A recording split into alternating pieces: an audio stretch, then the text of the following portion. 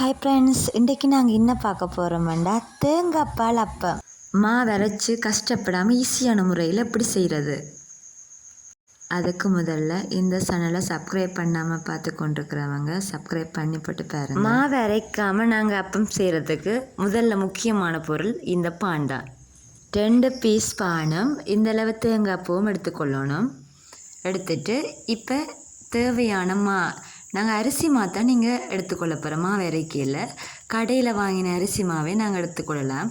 அது வறுக்காத அரிசி மாவே இருக்கணும். அதில் 3 சுண்டு 750 கிராம் அளவில் மாவு எடுத்துக்கொள்கிறேன். இந்த மாவு பிடிக்கிறதுக்காண்டி அப்பச்சூடா ஒரு 5 கிராம் அளவில் சேர்த்துக்கொள்கிறோம். அப்பம் நல்லா முருகி வரணும், முறுமுருண்டு வரணும்ன்றதுக்காண்டி சீனி சேர்த்துக்கொள்கிறேன். சீனி ஒரு 3 தேக்கரண்டி அளவில் சேர்க்கிறேன். அதோட ரவையும் அரைச்சுண்டு, அதாவது 100 கிராம் அளவு ரவை எடுத்துக்கொள்கிறேன். ரவையை மிக்சி கப்பில் போட்டு அரைச்செடுக்க போகிறேன். அதோடு சேர்த்து திருவின தேங்காய் பூவையும் சேர்த்துக்கொள்கிறேன்.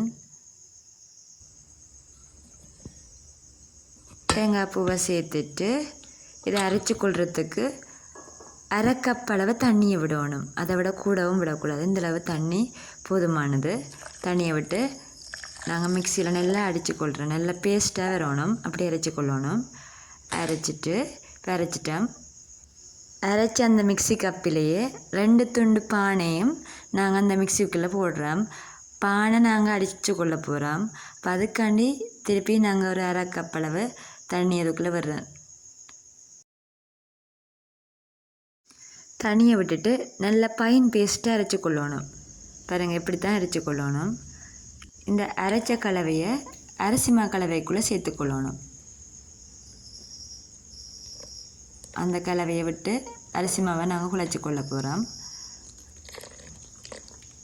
மிக்சி கப்புக்குள்ளேயும் தண்ணியை விட்டுட்டு அதை கழுவியும் விடணும்.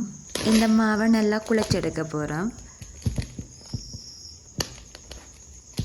நல்ல பதத்துக்கு குழைக்கணும். அதுக்கு தண்ணியை விட்டு குழைக்கலாம். பாருங்கள், இதுக்கு நான் மேலதிகமாக இன்னும் 1 கப் அளவு தண்ணியை விட்டு குழைச்சி கொள்ளணும். பாருங்கள், நல்லா தண்ணியாகவும் குழைச்சி கொள்ளக்கூடாது. இந்த பதத்துக்கு ஓகே. இந்த அளவு வர மட்டும் நாங்கள் தண்ணியை விட்டு குழைக்கலாம். இந்த பதம் ஓகே. இப்போ மாவை குழைச்சி வச்சுட்டு இப்போ மாவை மூடியால் மூடி புளிக்க வைக்கணும். 5 மணித்தியாலம் அப்படி புளிச்சா காணும். அதுக்கு பிறகு எடுத்து அப்பத்தை சுடலாம். பாருங்கள், இப்போ நான் புளிக்க வச்சதை எடுத்து பார்க்குறேன்.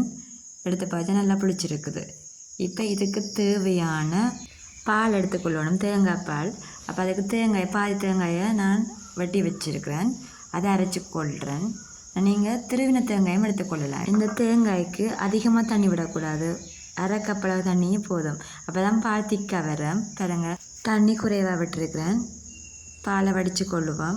வடித்தா பால் இப்படி தான் வரும். இதுக்கு மேலே நாங்கள் தண்ணி விடக்கூடாது. இதுக்கு தேவையான அளவு சுகர் சீனியை சேர்த்துக்கொள்ளுவோம். இப்போ 3-4 தேக்கரண்டி இந்த பாலுக்கு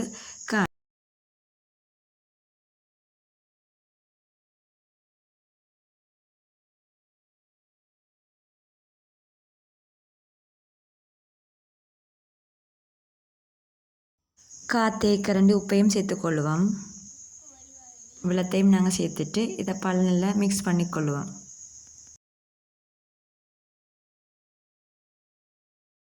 மாக்கலவையை தோசை பதத்துக்கு குழைச்சி கொள்ளணும். அதுக்கு 2வது பாலை விட்டு குழைக்கணும். தேவையான அளவு உப்பையும் சேர்க்கணும். ரெடியான பிறகு அப்பச்சட்டியை அடுப்பில் வச்சுட்டு பாத்திரம் நல்லா சூடான பிறகு 1 கரண்டி மாவை பாத்திரத்தில் விட்டு அதை நல்லா வட்டமாக சுற்றி எடுக்கணும்.